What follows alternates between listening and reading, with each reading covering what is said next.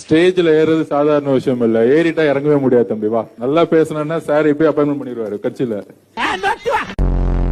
ஆக்சுவலா எனக்கு டிவிக்குன்றது சமீபமா இந்த 2024ல இருந்தா எனக்கு தெரிய வந்துச்சு. டிவிக்கு விஜய் கட்சி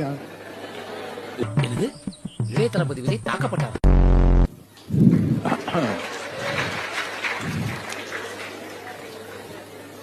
ஐயோ சாரி சார், தப்பா ஏதாவது கேட்டேன்னா சாரி சார். தப்பால இல்ல, நீ கரெக்டா தான் கேட்டிருக்க. அப்புறம் ஏன் பாஸ் அழுகுறீங்க? அது வலி வேற டிபார்ட்மெண்ட்.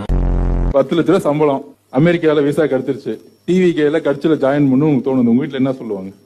அமெரிக்காக்கே போடான்னு தான் சொல்லுவாங்க. தோத்துக்கிட்டே இருக்கீடா.